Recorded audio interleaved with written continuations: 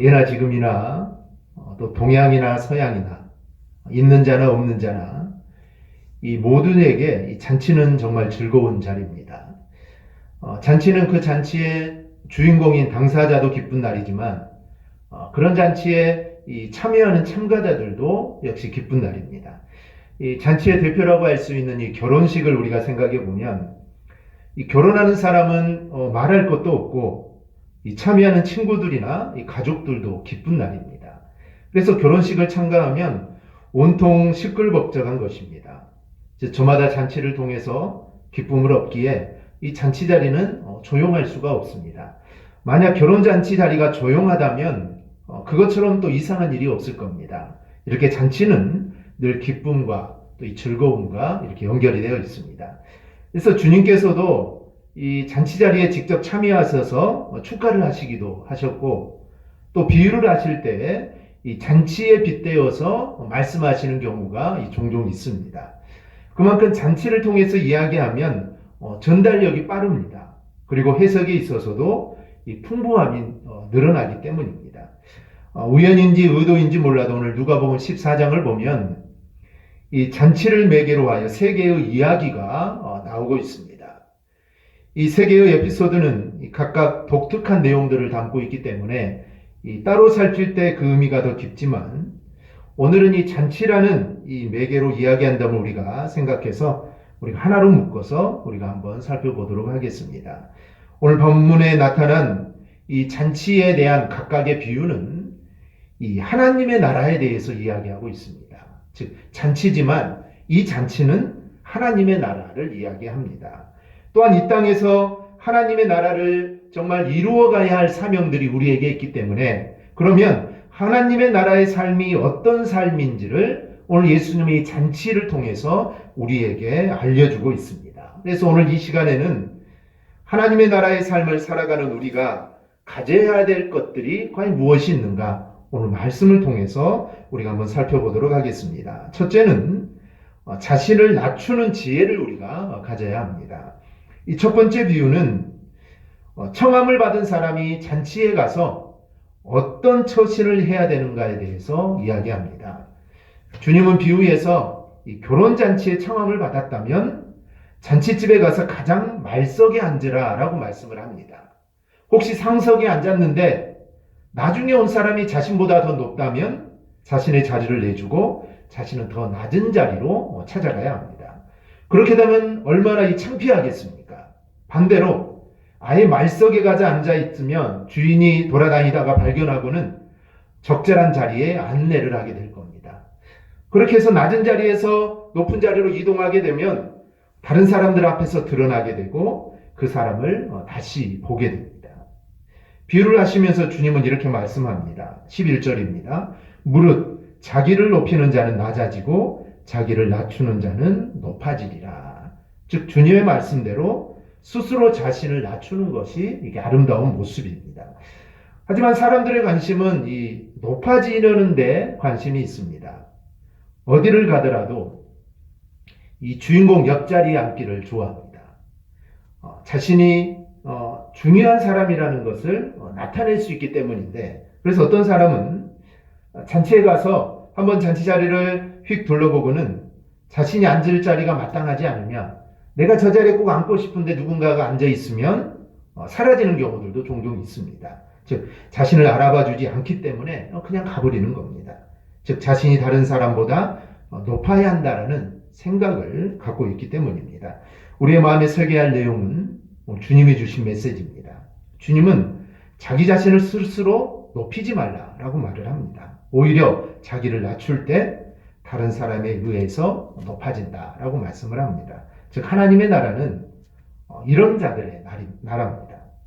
하나님의 나라는 자신의 업적을 자랑하면서 자신이 잘난 것을 앞세우는 사람들을 위해서 판을 치는 나라가 절대로 하나님의 나라가 아닙니다. 그들이 잘난 채 뒤에는 많은 사람들의 눈물이 있습니다. 즉 많은 사람들의 슬픔이 자신의 기쁨이 되는 것을 하나님의 일이라고 할 수는 없습니다. 하나님의 나라를 이루려는 자들은 절대로 그렇게 해서는 안 됩니다. 오히려 자신이 양보하고 정말 다른 사람의 기쁨을 위해 자신의 것을 포기할 때 바로 그때 하나님의 나라는 확장되어 가는 것입니다. 또한 하나님의 나라를 이루려는 자는 자신에게 주어진 일을 최선을 다해서 감당해 나가려고 해야 합니다. 그래서 무언가를 이루었을 때 그것은 정말 마땅히 내가 해야 될 일이라고 생각하고 그것으로 인해 어떤 대접을 받으려고 하지 않습니다. 그러니 이런 자는 어떤 일을 이루었음에도 자신을 드러내지 않습니다. 그리고 또다시 다음 일을 이루기 위해서 그곳에 마음을 쏟게 됩니다. 아예 자신은 높은 대접을 받아야 한다는 생각을 아예 하지 않습니다. 그런데 놀랍게도 이 하나님의 나라는 내가 한 일에 대해서 정말 하나님께 영광 돌렸다고 떠벌리는 사람들에게 통해서가 아니라 정말 조용히 자신의 일에 최선을 다하는 자들을 통해 하나님의 나라는 더 견고하게 세워지는 것입니다. 저는 한국교회가 놀라운 발전을 이룬 것에 대한 공로자가 누굴까라는 생각을 해봤습니다. 대개의 경우에 정말 우리가 이름 석자만 되면 누구나 다 아는 그런 교계, 물론 목사님들의 공로라고 이야기를 합니다. 당연히 그분들이 한국교회의 발전을 위해서 정말 눈물 나는 희생을 한 부분들이 분명히 있습니다. 근데 동시에 또 아쉬운 부분도 있습니다. 모든 분이 다 그렇지는 않지만 그분들 중 어떤 분들은 사법적인 무리를 일으키신 분들도 있습니다. 이런 모습을 보면 우리는 정말 아쉬운 마음들을 갖습니다. 그럼 놀라운 한국교회 부흥의 주역은 누굴까요? 신성종 목사님이 쓰신 내가 본 지옥과 천국이라는 책이 있습니다. 이 책에 보면 이런 내용이 나오는데요. 천국에는 하나님 보좌를 중심으로 바깥쪽으로 12개의 계단에 12종류의 사람들이 차례대로 앉아있다라고 말을 합니다. 1번 반열, 즉 하나님과 가장 가까운 첫 번째 반열에는 주로 순교자들이 자리를 잡고 있는데 사도 바울과 그리고 해방전 공산 비적들에게 예수를 믿는다는 제목으로 잡혀서 모진 고문을 당하다가 얼어붙은 오소리강에서 생매장당한 한경희 목사, 여수반란 사건 때 두 아들을 잃고 6.25 때 순교한 손양호 목사님, 그리고 신사참배를 거부하고 순교한 주기철 목사님이 그 첫 번째 반열에 앉아있다는 것이죠. 그리고 이름도 빛도 없이 순교한 사람들이 보였다라고 말을 합니다. 두 번째 반열에는 이 땅에서 전도를 많이 한 성도들이 있었습니다.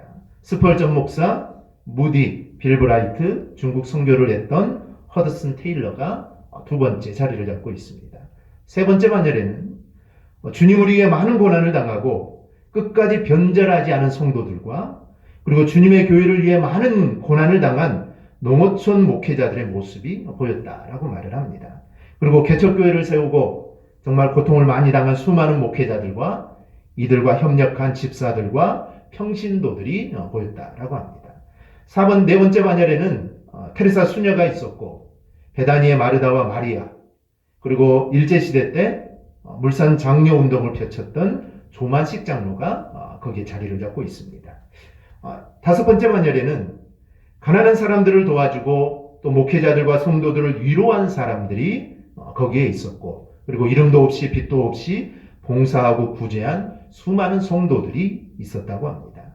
여섯 번째 반열에는 평생을 주일학교 교사와 성가대원으로 열심히 교회에서 봉사해온 사람들이 있었고, 일곱째 반열에는 교회를 많이 건축하고 세운 사람들, 또 선교관과 봉사관 및 기도원을 지은 사람들이 보였다고 합니다. 여덟 번째 반열에는 성경을 연구하고 신학교에서 신학생들을 가르치던 교수들과 선교지역에서 수고한 선교사들이 거기에 있었습니다. 특히 선교사들이 하나님과 가까운 곳에 자리를 잡지 못하고 여덟 번째 반열에 자리를 잡은 이유는 선교사임에도 불구하고 선교는 별로 하지 않고 교인들에게서 선교유만 뜯어내는데 혈안이었던 사람들에게 이렇게 뒤로 밀려나 있다라고 말을 합니다. 아홉 번째 반열에는 농어촌의 열악한 환경 속에서 목회를 한 목회자들과 이들을 협력한 수많은 성도들이 보였습니다. 대형교회 목사들보다 농어촌에서 수고한 목사들이 천국에서 더 큰 인정을 받는 것을 보고 이 목사님은 놀랐다라고 기록을 합니다.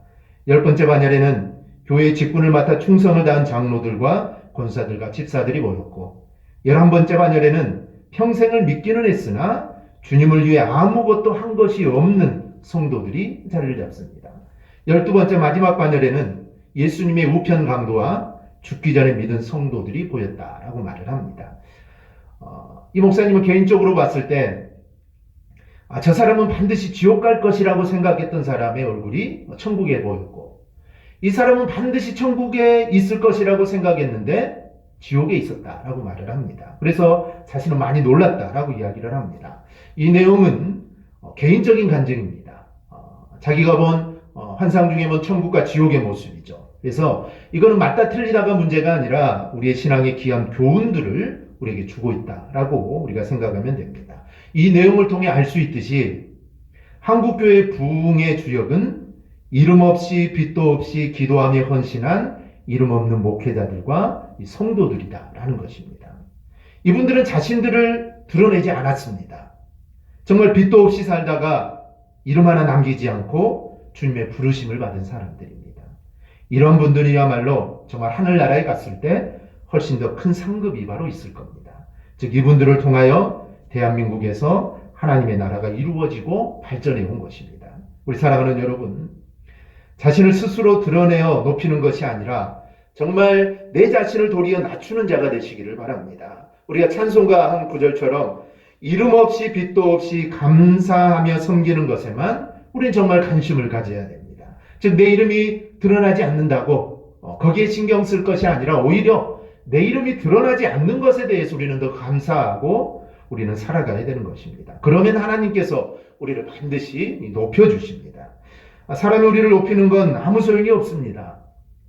하나님이 높이시고 그리고 하나님 앞에 가서 우리가 높아지는 것이 이게 진정한 의미 있는 겁니다. 이것은 바로 마지막 날, 즉 하나님 만물을 다 심판하신 후에 영원한 천국 잔치를 베풀 때 각자에게 합당한 자리는 그 잔치에 초대된 사람들이 선택하는 것이 아니라, 즉 나는 저기에 가서 앉고 싶다, 나 정도 되면 저 정도에 맞겠다, 이게 아니라 그 자리는 잔치를 베푸신 하나님이 결정해 주신다는 사실을 우리에게 교훈해 주는 것입니다. 즉 그 자리는 내가 앉고 싶어서 앉는 것이 아니라 하나님이 결정해 주신 대로 우리는 앉으면 됩니다.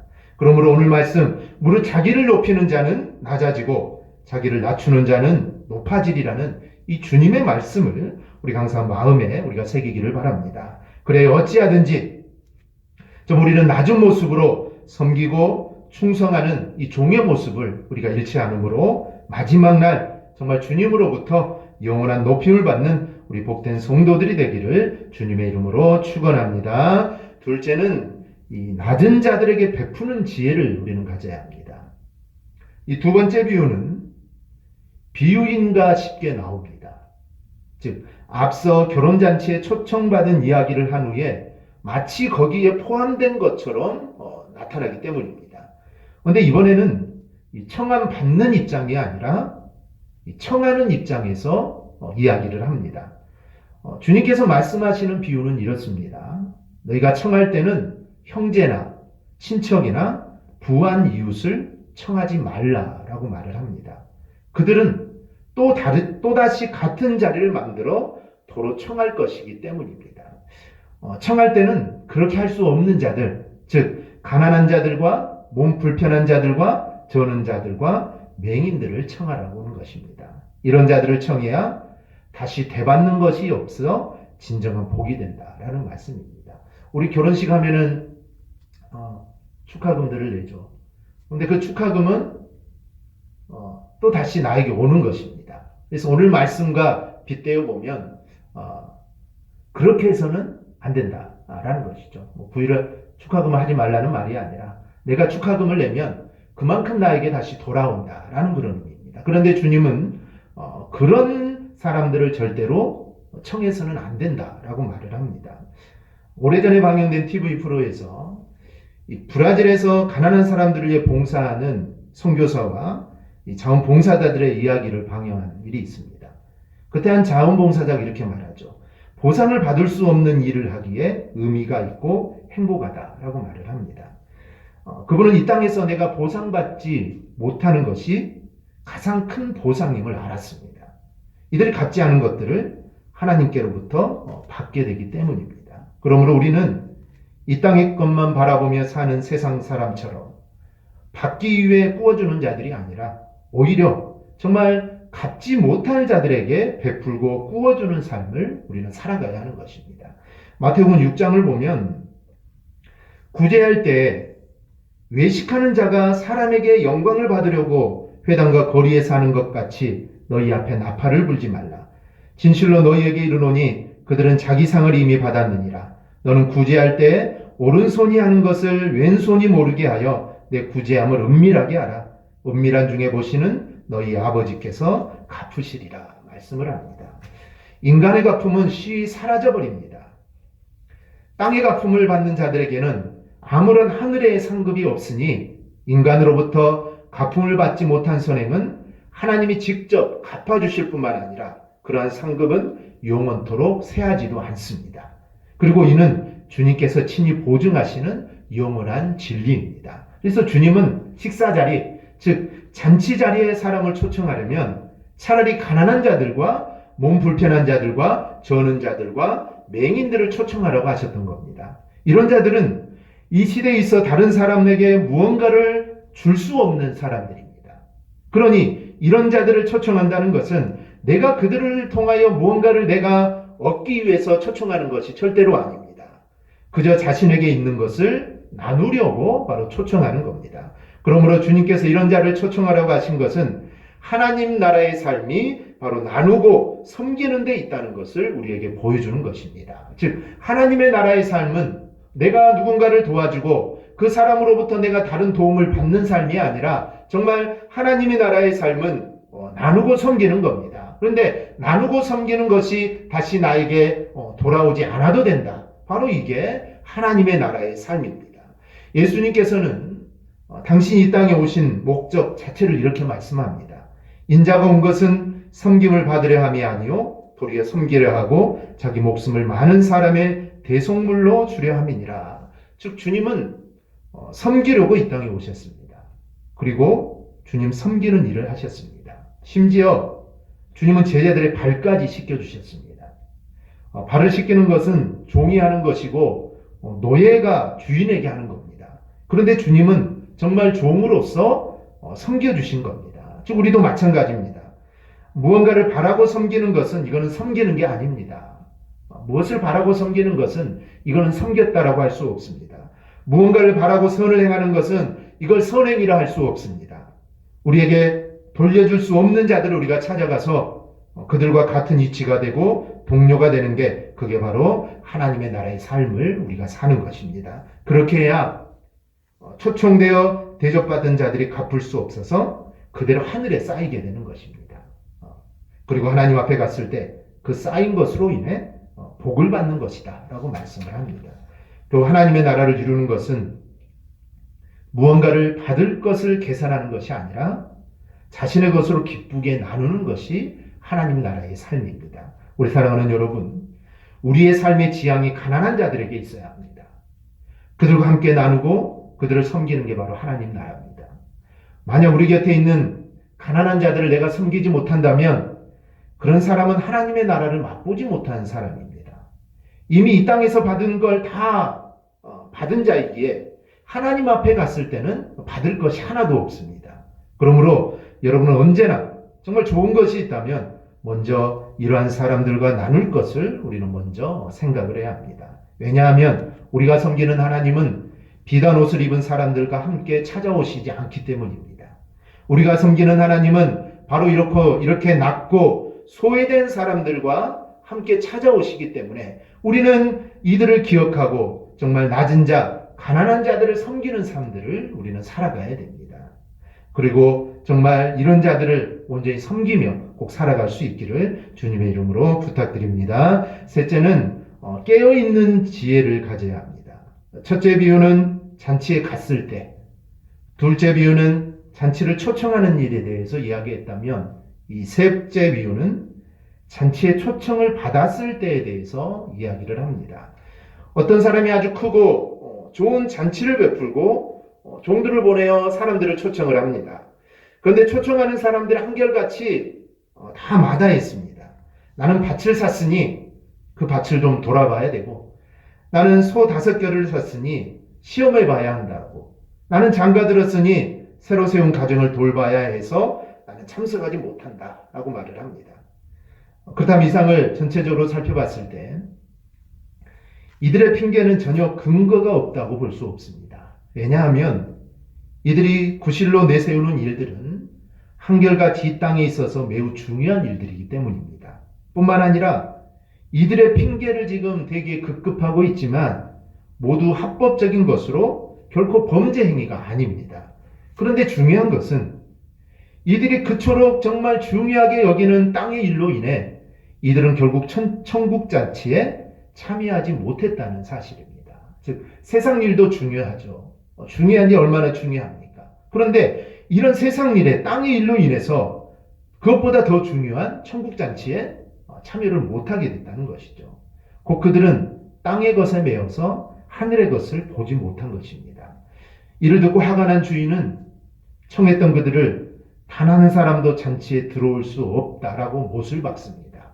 이제 이 사람들은 잔치 자리에 들어올 수 없다. 그리고 길거리로 나가서 가난한 자들과 몸 불편한 자들과 맹인들과 저는 자들을 강권하여 자리를 채우라라고 말씀을 합니다. 근데 여기서 우리가 주의할 점은 이 강권하다라는 말의 원적 의미입니다. 우리가 강권하여라는 말을 들으면 정말 어떤 폭력이나 무력을 사용해서 이 사람이 가기 싫어도 그냥 강압적으로 끌어와라 라고 이야기를 하지만 이 강권하여라는 이 말씀의 원래의 뜻은 마음을 돌이킬 때까지 끝까지 설득하고 노력하는 것을 의미하는 단어입니다. 즉 무조건 가서 잡아다가 잔치자를 채우라는 것이 아니라 정말 이 사람이 이 잔치에 올 수 있도록 안 온다 하면은 계속해서 설득하고 또 계속해서 끝까지 노력해서 어찌하든 이 사람을 꼭 잔치 자리에 데리고 오라. 이게 오늘 주님의 말씀입니다. 따라서 본절의 비유에서 주인이 종들에게 사람을 강권하여서 데려오라고 말한 것은 먼 지역에 사는 사람들은 거리나 환경적인 이유 등으로 잔치에 오는 것을 주저할 수 있을 겁니다. 너무 멀다, 좀 가기가 그렇다. 그러면은 그들이 이해하고 납득할 때까지 끝까지 설득하고 권면하여서 꼭 데려오라는 겁니다. 이것을 복음 전도와 관련하여 우리가 이해한다면 이방인들에게 복음을 전할 때는 또 우리의 이웃들에게 복음을 전할 때는 그들의 문화적 차이 등으로 복음을 영접하기를 주저할 수 있습니다. 그런데 복음을 영접할 때까지 너희는 최선을 다하여 설득하고 권하라라는 의미가 될 수 있습니다. 결국 이는 복음을 증거할 때는 사람들이 이해하고 영접할 때까지 최선을 다해서 너희는 노력해야 된다라는 의미입니다. 이 비유는 잔치에 참여할 수 없는 자들에 대한 이야기입니다. 먼저는 초청을 받았음에도 한 사람도 잔치에 들어갈 수 없는 사람들이 있습니다. 그들은 당연히 들어갈 줄 알았습니다. 그런데 한 사람도 들어가지 못하는 자들이 되었습니다. 즉 밭을 갈아놓고 아니면 소를 좀 잘, 이 소가 튼튼한가, 밭을 좀 잘 갈 수 있을까 한번 시험해보고 이제 결혼했으니 좀 가정을 잘 꾸려놓고 그리고 그 다음에 내가 이 주인의 잔치에 내가 참여하겠다라고 생각을 했는데 그런데 이 사람들은 참여할 수 없게 됩니다. 주인이 이 사람들은 오더라도 들어오지 못하게 막았습니다. 즉 잔치를 베푸는 사람이 이 말씀은 깨어있을 것을 우리에게 이야기합니다. 먼저 초청을 받았지만 잔치 자리에 들어가지 못한 자들은 한결같이 자신의 일에 빠져있는 자들입니다. 잔치를 베푸는 사람이 자신들에게 주는 은혜에 대해서 그들은 도무지 중요하게 생각하지 않은 자들입니다. 그래서 좋은 잔치 자리가 마련되어 있음에도 불구하고 그들은 가지 않았던 겁니다. 반면에 나중에 초청받은 자들, 즉 자리를 채우기 위해서 초청받은 자들은 온전히 초청하는 자에게 이거는 감사하는 자들입니다. 어찌 보면 이 두 부류 다 잔치에 참여할 수 없는 자들입니다. 첫 번째 부류는 가고 싶었지만 참여하지 못했고 두 번째 부류는 원래부터 잔치에 참여할 수 없는 자들이었습니다. 즉 우리가 잘하는 것 같지만 깨어있지 않으면 우리도 하나님 부르심에 이렇게 응답하게 됩니다. 하나님 은혜 받을 좋을 자리를 마련하시고 우리를 부르시는데 세상의 마음을 빼앗겨 그 은혜를 스스로 우리가 차버리는 것입니다. 그러니 우리는 하나님 앞에서 항상 조심하는 자세를 우리는 가져야 합니다. 하나님께서 정말 언제 부르시든지 이 하나님의 부르심은 때와 장소가 없습니다. 언제 하나님이 우리를 부르실지 모르기 때문에 언제 부르시든지 곧바로 대답하고 달려가는 자가 되어야 합니다.